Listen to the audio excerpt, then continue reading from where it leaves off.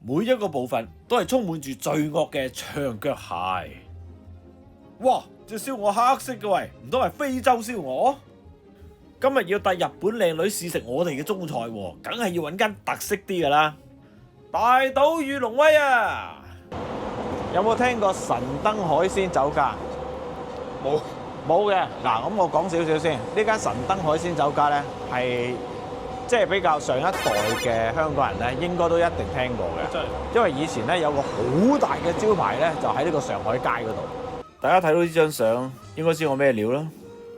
咁而家呢一個咧，係因為佢已經係傳說咗㗎啦，已經係執咗㗎啦。咁而家咧係嗰啲舊食客咧，重新去打造翻呢一個神燈出嚟。頭先阿 Andy 話咧，Ice Square 都好似有。早講啊嘛，大佬。就係咯。呢一間佐敦嘅神燈咧，裏邊嘅廚師咧係勁嘅，真係㗎。係勁嘅，係啊。所以先叫神。所以先叫佢嚟佐敦。咁其他分店嗰啲我哋唔知啊嘛，係咪先？咁啊，我哋今日都係第一次食，咁啊試下先。今次會食啲中菜咧？傳統嘢啊嘛，咁啊最近咧日本咧就好流行咧香港一啲好傳統嘅嘢。點解啊？因為呢個《九龍城寨》嗰套電影啊。我關呢個嘅。唔係唔關事嘅，不過睇完《九龍城寨》咧，就對於香港嗰啲好舊式嗰啲建築物啊，或者係一啲舊式嘅餐廳、一啲文化咧，就好有興趣。咁所以咧，今日就嚟呢一度。OK。我唔係帶你嚟嘅，唔好意思，係為咗我哋一位新嘅朋友。哇！嗱，遠過嚟，大家估下邊個啦？哇！哇！大丈夫先生，心臓病からやめて。好咩？係和花小姐啊，美元和花小姐，大家唔知認唔認識咧？啊，唔認識唔緊要，我今日就介紹俾你識。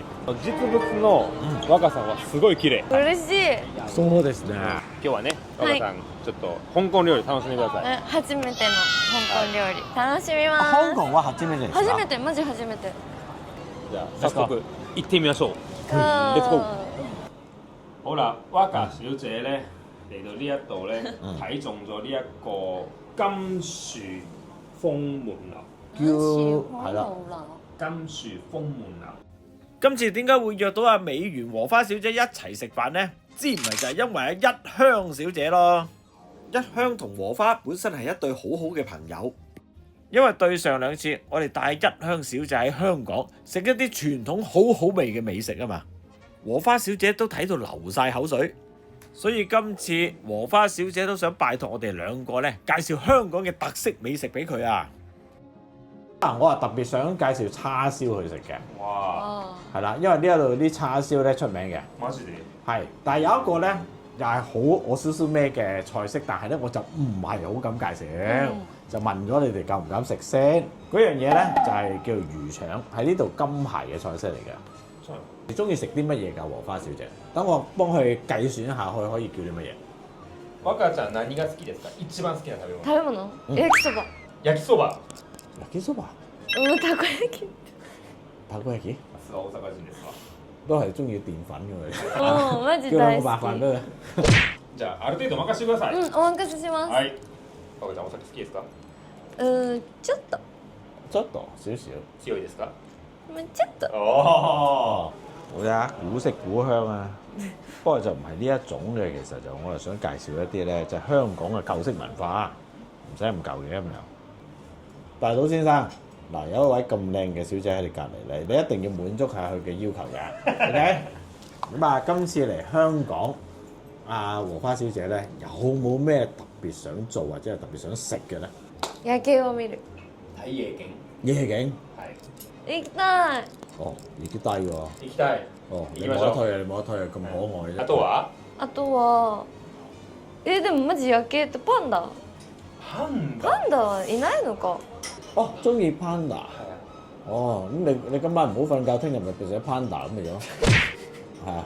店長さん。店長さん。聽咗晒。哦。私はお名前はカリです。カリーさん。我整幾句日文添喎喂。咁亦係一個叫做傳統菜式嘅一個酒家嚟嘅，有啲叫做傳統手工菜嘅，咁嘅蝦松蘿蔔燒鵝啦，同埋蝦多士、鵝腸嗰啲都係sorry 嗰個魚腸焗魚腸都係嘅。係。咁但係焗魚腸就啱啱賣晒，即係頭先我介紹佢啱啱賣晒啦，係啦。